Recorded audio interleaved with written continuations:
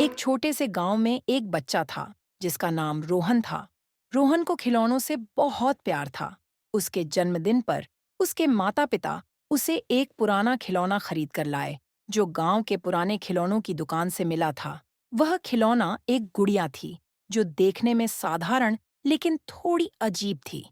गुड़िया की आंखें काले मोतियों जैसी थीं और उसके चेहरे पर एक डरावनी मुस्कान थी। रोहन ने उस गुड़िया का नाम माया रखा और उसे अपने सारे खिलौनों के साथ खेलने लगा।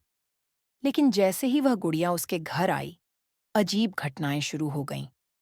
रात में रोहन को लगता कि कोई उसे घूर रहा है।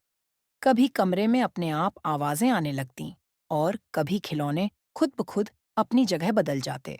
एक रात जब रोहन सो रहा था, उसे गुड़िया की हंसी सुनाई दी। उसने आंखें खोलीं तो देखा कि माया उसकी तरफ घूर रही थी। रोहन डर गया और गुड़िया को उठाकर घर के बाहर फेंक दिया। लेकिन अगली सुबह गुड़िया वापस उसी जगह बैठी थी, जहां रोहन ने उसे रखा था।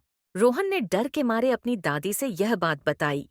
दादी ने कहा, यह गुड़िया किसी और की नहीं है, यह एक प्रेतात्मा का घर है। इसको जितनी बार भी फेंकोगे, यह वापस आ जाएगी।